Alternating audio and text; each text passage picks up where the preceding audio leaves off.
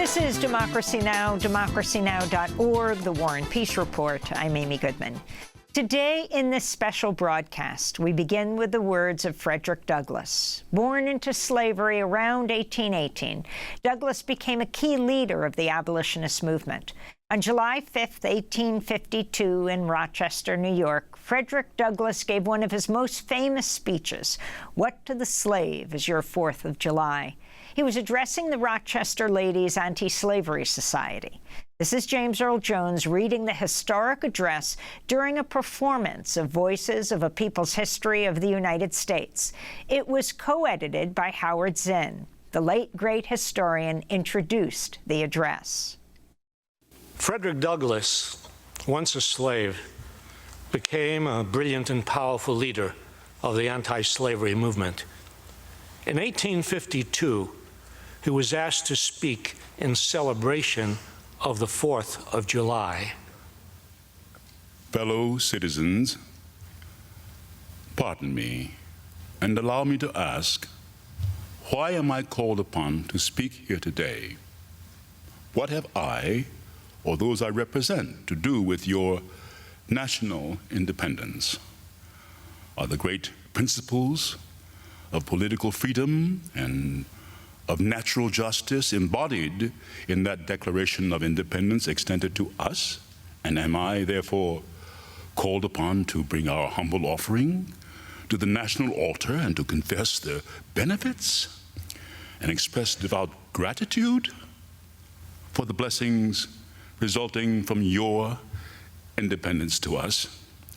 I am not included within the pale of this glorious anniversary. Your high independence only reveals the immeasurable distance between us. The blessings in which you this day rejoice are not enjoyed in common.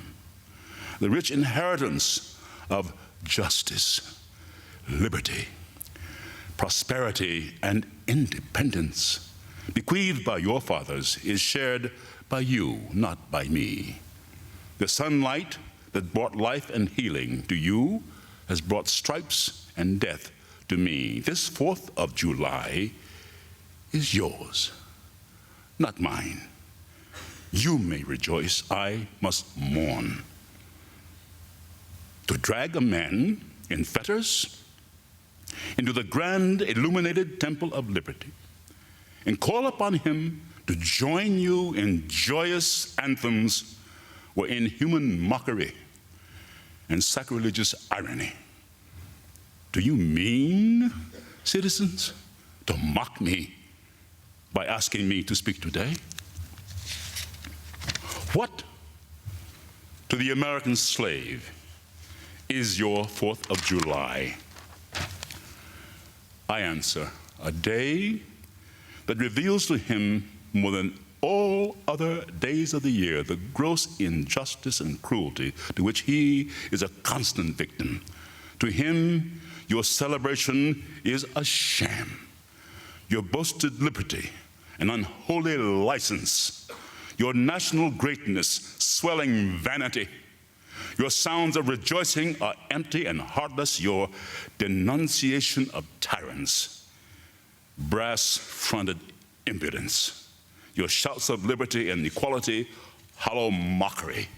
Your prayers and hymns, your sermons and thanksgivings, with all your religious parade and solemnity, are to him mere bombast, fraud, deception, impiety, and hypocrisy, a thin veil to cover up crimes that would disgrace a nation of savages.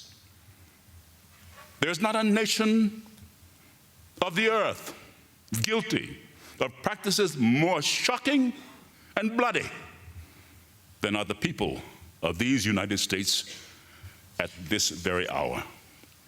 At a time like this, scorching irony, not convincing argument, is needed.